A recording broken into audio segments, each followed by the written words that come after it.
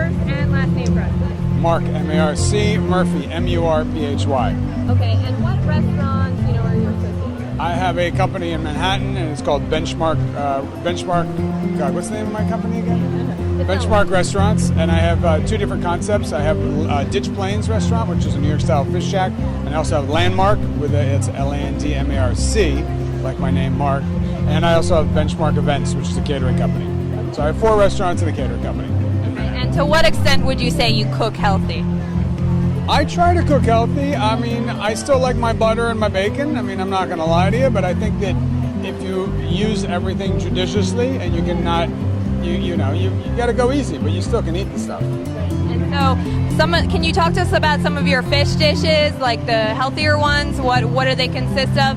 Well, one of the dishes right now, we have a cod dish with Israeli couscous, and we do a shellfish broth with it, and that's very light but still hearty. It's nice to. I would consider it healthy. And what would you say are some healthy cooking trends that are going on right now?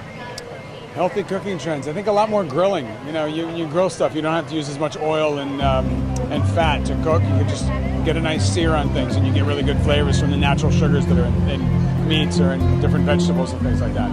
And how did you develop your passion for food and cooking? It's all I know how to do. All I know is food, and I love eating. And I started cooking over 20 years ago just because I didn't want to be hungry. And I thought, wow, I love this. This is awesome. It's like just a good time. And it's the best job I could have in the world. Very cool. And so what brings you here? Obviously the festival. What is your participation in the festival? I'm doing a dinner tomorrow night with Danielle for the Le Cirque dinner over at the Breakers, and then we're doing a sustainable dinner after that the next night. And those are the 2 events that I'm participating in here at the festival. And you've competed in some cooking competitions? I've done Burger Bash in New York and in South Beach. I'm also a judge on a show called Chopped. I'm one of the judges on that show.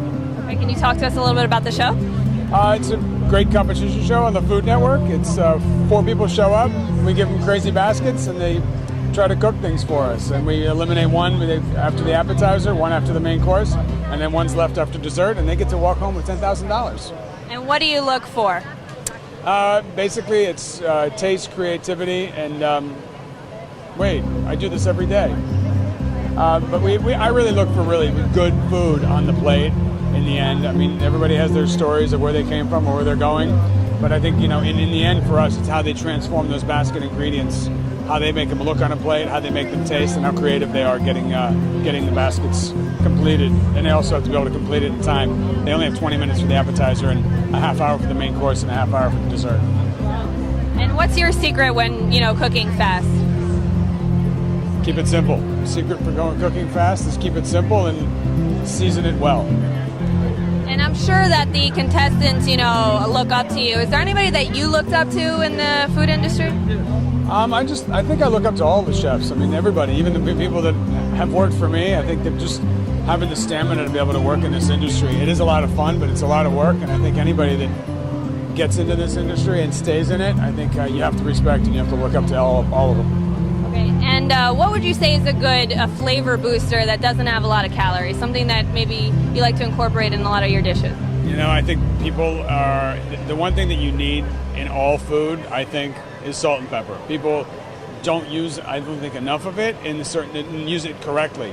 Salt brings out flavors. People are always worried about too much salt, but you need salt to bring out flavors. You don't have to over-season, you don't have to over-salt it, but you got to season food to bring out the flavors. I mean, you can take a carrot and braise it in a little olive oil, and you can do the same exact recipe with a pinch of salt. You'll see it wakes up the flavors in food. You have to use salt and pepper all the time, I think.